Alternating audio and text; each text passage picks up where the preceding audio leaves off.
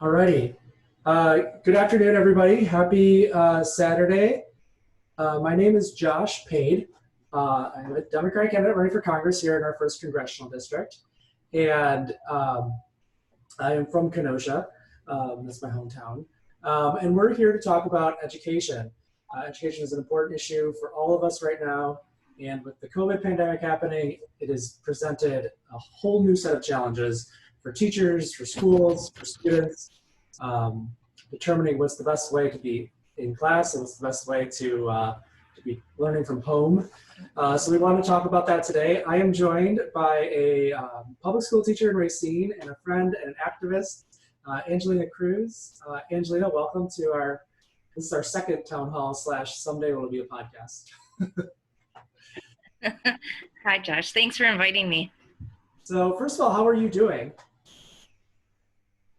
Oh, that's always such a loaded question. I've been just very busy.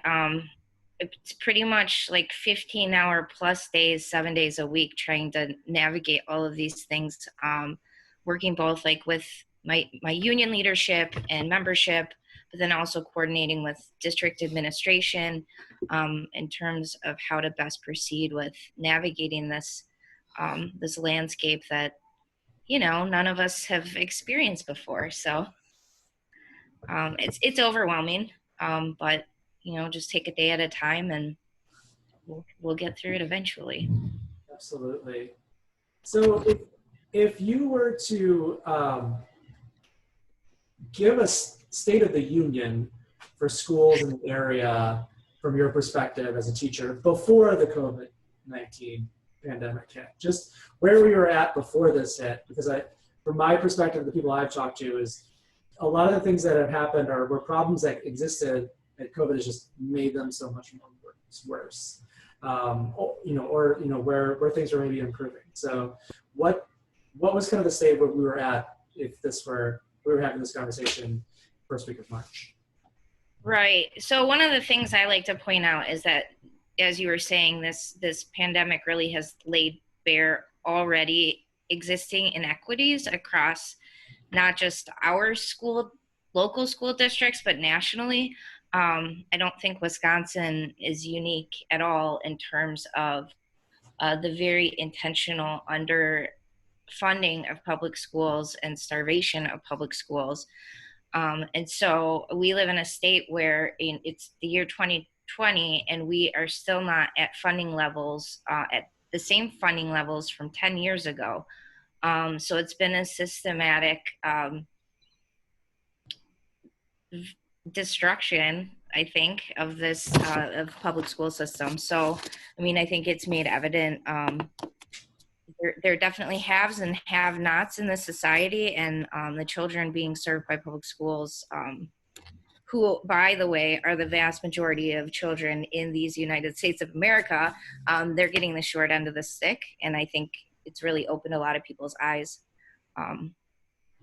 And in terms of what they're asking us to do right now, they're asking us to do even more with much less than we didn't have enough to adequately address needs prior to a pandemic. And now they're asking us to go back into these buildings without properly funding us to even, people need to consider not just the academic side of it, but the public health and safety side of it as well.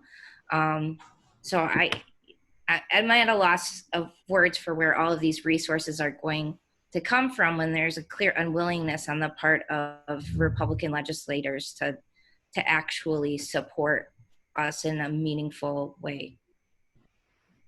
Absolutely. One of the things, as we've all been fighting over the last few years, is, so I'm 40, and growing up, one of the reasons why I've always wanted to make sure that I raised my family in Wisconsin was that growing up, Wisconsin's public school system was just the shining light of how you're supposed to do it. And fortunately, we do have a new governor, but making change takes time, and we're fighting a gerrymandered state, on the state level at least.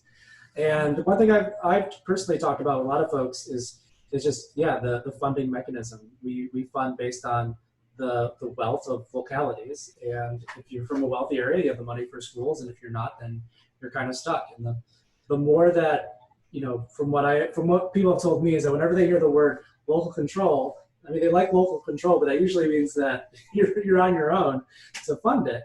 And yeah, a lot of folks were kind of starting out before this pandemic already behind, and now it's really straining the system. I have an uncle my uncle is 80, and he's a retired educator, and he lives in California now, and he went to UW Whitewater, so just that whole tradition.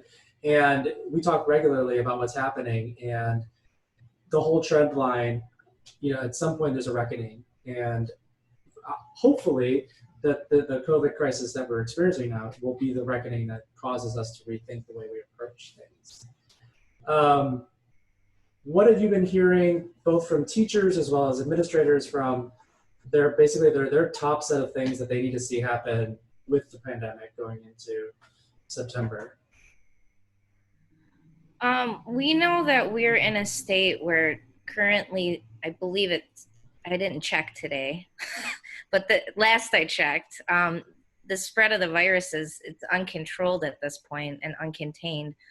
So I think, like, very logically, the first thing that we should be looking for is like a containment of the spread. I mean, it seems unwise to put people in positions in which we know will create environments where the virus will spread even more rapidly.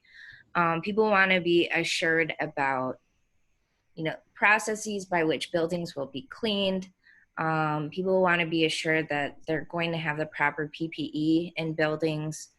They would like to see have an awareness of like what the policies and procedures for in place for when a person does test positive within a building, proper staffing in order to reduce class sizes. There's so many things. And then how are we addressing the needs of our more vulnerable populations within the building? So we think there's a lot of conversation about how to service special education students with IEPs. A lot of it's really big, really big things that I think we collectively as a community need to come together to address, because I think it is unreasonable to expect public education or any education, I mean, public, private, whatever, to look as it was before under the current conditions. And I hear a lot of, like, well, just send them back.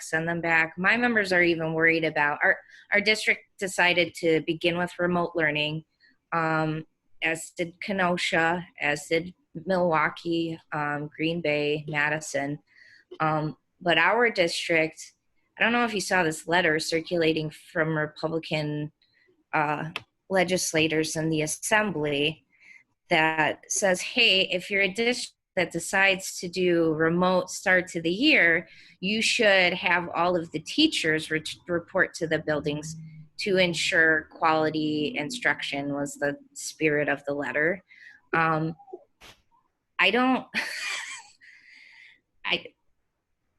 I'll circle back to, like, I will believe Speaker Voss and his esteemed colleagues are concerned about the quality of instructional delivery when they fully fund our schools. Mm-hmm. Like that they continue. So now I don't understand. They close schools because it is unsafe for people to gather and be in schools at this time. So you got part of them out, and then you're going to put entire staffs in a building. That doesn't make logical sense to me. That is how my district has chosen to proceed, and there is a lot of anxiety on the part of the teachers in Racine. Some of them are fine with it, but some of them aren't. And that is my conversation. Those are in my conversations with our board and our administration. while I recognize that they're working very hard, they're working very diligently on ensuring the physical well-being and safety of staff that are returning to buildings, I'm also pleading with them to also take into considerations people's mental health and well-being through a pandemic, and to also consider people's individual circumstances in the way that they're being flexible with our families and our students. I really think they should afford our educators the same kindness and consideration, because we know most of the staff will likely report and not have a problem with it under the current plan. But I mean, this is a thing we've never dealt with before. So that people are scared. Some people are very scared, particularly if they have underlying health conditions, particularly if they're caretakers for people with underlying health conditions. And so I just think it can't be sort of a one size fits all approach. We need to be kind to one another as human beings during a global pandemic. It's my ultimate call to action. Just Yeah. everybody be nice. It does seem like it's been lost in all of the conversations. It's like, hey, we can be nice to each other, just as human beings. Because coronavirus doesn't care like what political party you are, how old you are, whether you're going to a private school or public school. It doesn't matter. Yeah, one of the things that we've been talking about, are there any tools for students that have to remote learn who don't have access to computers or broadband? I've heard from a lot of folks where their parents have gone back to work, so the kids have to go stay with their grandparents, and the grandparents don't have the tools to help them remote learn. Are there tools available? Are there things available, or is that something that's still being trying to figure out? Yeah, we're working on it. I know right now, in Racine, this is my context, grade levels, I believe it's 3 to 12. Well, if a family requires a Chromebook or a hotspot, the district is going to make those available to check out. They're developing a system for that. The interesting thing is grades K through 2, this is what they don't have the devices yet. I know that when federal money came through during the closures, they immediately ordered tablets for the projected numbers of children enrolled for pre-K2, because those are more appropriate devices developmentally for them and for the programs that they would have to use with young children. But they were immediate. So spoiler alert, when the entire world shuts down, everybody is scrambling to get devices. So they will not land in Racine, I believe, until November was how far back they were on order. So that is a thing that we are working on collaboratively with the district, figuring out how to address the needs of early childhood until we get those devices. So it's all about, like, it's really about resources, and whether we're talking about our state legislature or our government at the federal level, they can't seem to get it together either to support children at like one of the most traumatic points in modern day human history. It's all playing politics, and like, this is, I don't know, I don't understand what the political calculation is on that. Like, Mm-hmm. at the end of the day, it's your job to support the people who elected you to office, and like, when it comes to them living or dying, you should do all the things that keeps them alive. Every other country who has effectively contained the virus, their governments essentially paid them to stay at home. They just shut everything down and said, here's money, stay at home. Why can't we do that? Exactly. And the thing is the cost of doing that ends up being much less. uh, Huh? because once the economy's open, then all that pent up demand goes up, and if everyone was able to keep their jobs while they were off, then they're going right back to where they were. By just having kind of a set, all right, everyone just stay home for the next month, and you're all going to get your money, and then we'll slowly reopen and we'll be fine. We could have done that if we did that. When we shut down in March, if we had a company with a national testing strategy, with um, social distancing, getting supplies to people, contact tracing, all those things where we can identify people that need to be quarantined, then we'd be open today. And that's, as someone, so I mean, I work in crisis management. So as someone who's worked on a couple pandemics, that has been one of the most frustrating things, is that we keep just pushing down the road instead of actually solving the problem. And it's only going to get more expensive as we keep going. And we basically end up in a situation that we are now, where we're just partially reopened. And that, I mean, if we're 90% open, that's still the worst recession that we've had in our lifetimes. So like we need to get to full opening. We can't do that unless we have those mechanisms in place. Everybody in the United States should be able to go get a test and get a result within a day. And until that happens, we won't be able to successfully reopen. All these things that we want to do to reopen the schools can't happen unless people can get tested right away. And I know we've been looking at seeing if we had like antibody tests, because my wife and I were pretty sure we were exposed to it earlier on, but like you have to pay for that out of pocket. A lot of places aren't covering that, so we should have the antibody tests for people that are particularly on the front lines, so that we can know who's in a better position to be out there. It's frustrating. Thinking, okay, two big things. One, the governor has been announcing that we have to do budget cuts, in the middle of the budget, the $250 million. Is that impacting public schools at all? I haven't, unfortunately, been able to read into the details about what he's asked.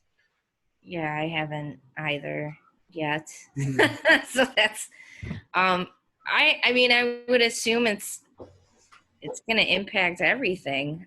So hopefully no, hopefully the cuts are I think what people are understanding is that public education is vital to the functioning of society.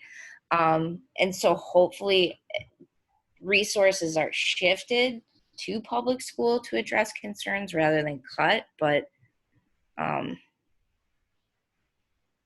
it's been a constant uphill battle for the past decade plus, but it's been really bad for the past decade, especially with, the assault on teacher unions and the assault on collective bargaining.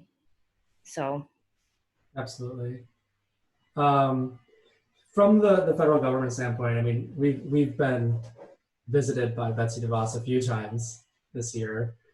And hopefully, if I get elected in January, we'll have a different situation with the president, have different Secretary of Education. But what would be the priorities right now from the federal government? I mean, obviously, money is important. Would it be better for them just to say, "Here's your school, this number of students, here's some money, and you guys figure out how you need to reopen, how you need to do all these things"? Or is it more programmatic, where they have to institute certain things to get money? Like, from a teacher standpoint, like what do you think the federal government should be doing right now? Dumping money into districts for sure. Mm-hmm. Also looking at like one thing that we have been talking about a lot across districts as teachers is about standardized testing requirements. That seems like an easy pot of money to eliminate standardized testing and focus on like children's actual needs during a pandemic. So social emotional learning, trauma informed, because there's going to be a lot of that, both remotely, but then also moving back into any face-to-face learning. So a shift in what our priorities are, rather than, for the it's the No Child Left Behind baggage era of rigor and grit in academia doesn't really address the needs of the whole child. And I think until we focus on children's social emotional needs, we're never going to get to high academic achievement. Just based on what we know about child development, I think people should really focus too on strengthening the teaching profession. It's really a profession that is vastly demoralized. I think we were experiencing a massive teacher exodus prior to the pandemic, and I cannot wrap my brain around what it's going to look like once we start with people in Racine have talked about, well, maybe I just need to leave the teaching profession. Well, how do we fill those gaps in the midst of a pandemic? Where do we get substitute teachers in the midst of a pandemic? Everything is really difficult and heavy right now. So how do you motivate people to enter a profession that already has been beat down so much? So I think of the Betsy DeVosses of the world. Like, we need to elect a new president. We need to elect a new Congress. We need people who take seriously their charge to serve the people who have elected them, and listen to the will of the people. Nobody came out and said, like, we put you in the office to destroy public education, and that's what they're doing very intentionally. And this pandemic, it's like the worst thought ever to have, but it's very like, it's like shock doctrine. We're going to take advantage of this moment to like expedite like our really awful end game. But I mean, people just have to resist, and we have to win in November. Mm-hmm. And I'm the person that's like, oh, this election is the most important election, but like for real this time, it is the most important election I think I will ever experience in my lifetime. So Yeah, I feel, I mean, talking to young people who unfortunately can't vote, particularly high school kids that are they're worried that their whole entire future is getting taken away from them in this moment. This election doesn't turn out right. And I mean, they've been working hard, but they can't vote. They're very adamant. Okay, everyone over the age of 18, step up. We need you. We're counting on you. And I think that's really, really important. Anyone who's joined late, I'm here with Angelina Cruz. She's a teacher from Racine and an activist, and we're talking about public education and the pandemic and helping our kids right now in this crucial moment. Yeah, I was talking to Greg Winkler from Rock County. He's behavior health expert there. He's divisional manager for the health services there. And he was talking about, kids that are at risk at home. A lot of times it's the teacher that identifies that. And that's a gap right now that they're seeing. I don't know if you've seen something from your perspective on the school side, but generally you said most reporting of things that are happening in a home that are harmful to a child come from a teacher who sees it in the classroom. Are there better ways, or is there better training to try to identify those things through remote learning, or is it just something that we have to really kind of be vigilant about? Well, I do think people can be trained to be able to identify it. I mean, who has ever had to do this over a computer screen, right? So, like, I think clearly we could use some training, and like, what are some signs to look for when you are engaging with students online. But I also think like the other piece of it, like you said, we just have to be vigilant about it. Teachers are mandatory reporters because a lot of times we spend more time with children than their parents do, right? So we have these relationships that we build in classrooms. And so it's gonna look different. I don't think it's impossible to build relationships virtually, but it definitely poses challenges. It's gonna be very different. Ideally, we're in person. Like, I miss being around people, um, but I guess that's I think everybody misses being around people. That's the nature of human beings, right? But we just have to figure it out. I mean, there's no alternative. Like, yeah, there are definitely things that are likely not going unreported, which is terrible and tragic, but we have to prioritize balancing public health and figuring out how to do this in a new way. And maybe it's the eternal optimist in me, but I just feel like if we sit down and collectively like try things and like assess them and analyze them and then adjust, like that's how we're going to have to proceed moving forward, because there's nobody has a clear answer about anything. I don't know, that wasn't like the best answer. It was pretty sad. Like, just everything is so sad right now. Like, I don't. It's sad. It's tough. We have to get through this. So you were talking earlier. What is happening with student like food system? So breakfast and lunches for kids. Is it something that they can still get a hold of? Like, how's that working right now? Yeah, I don't know I know it definitely, the district plans on providing meals for our students as they did during the closure in the spring. I don't know exactly what that's going to look like yet, if it'll look the same as it did in the spring, or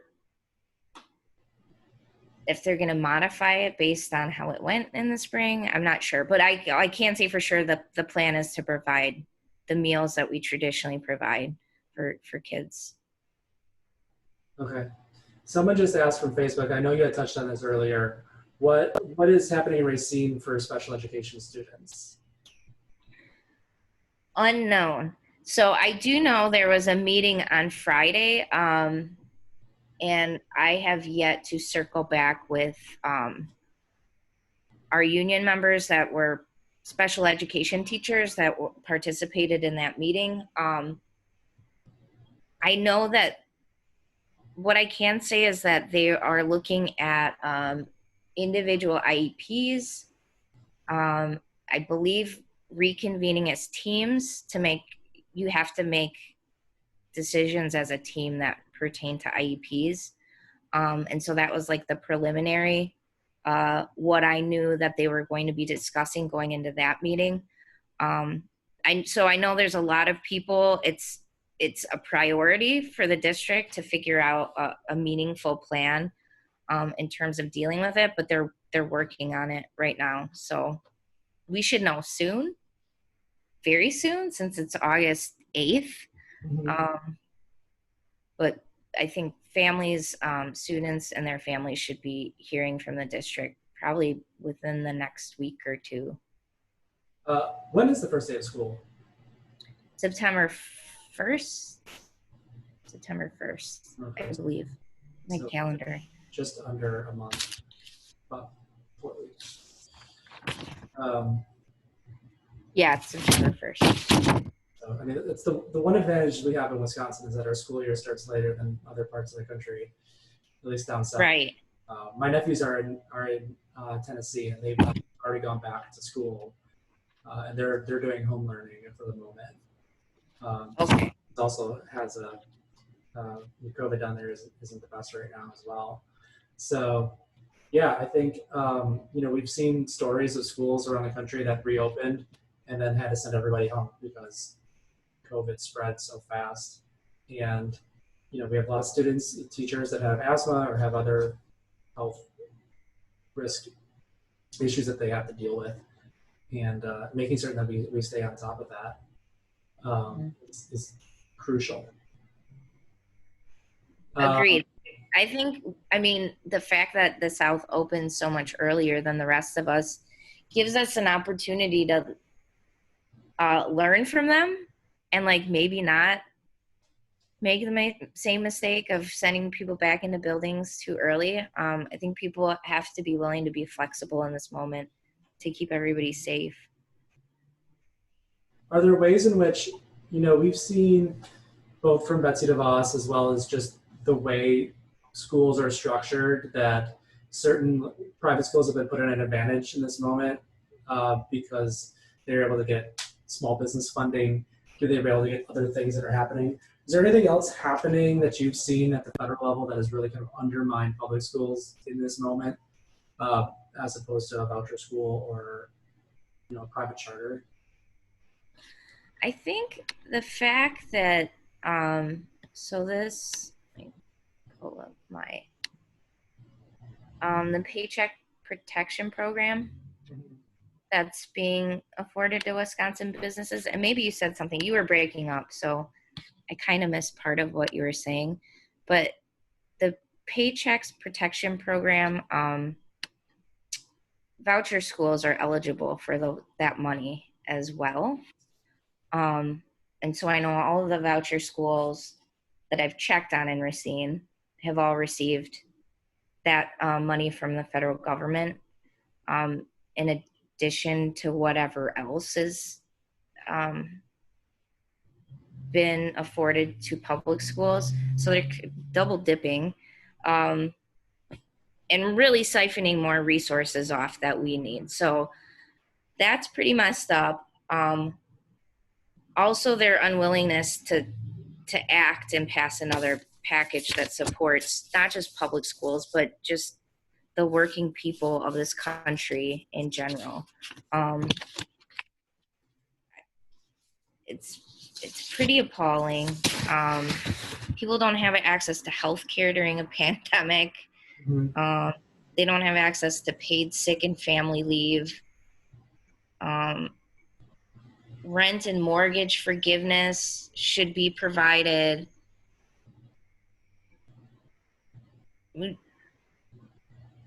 There's just so many things. There's just a complete abdication of any responsibility at like every level of government, it feels like.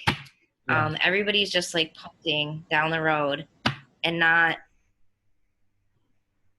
being leaders. Like, we need leaders. We need leadership right now. That's all people want.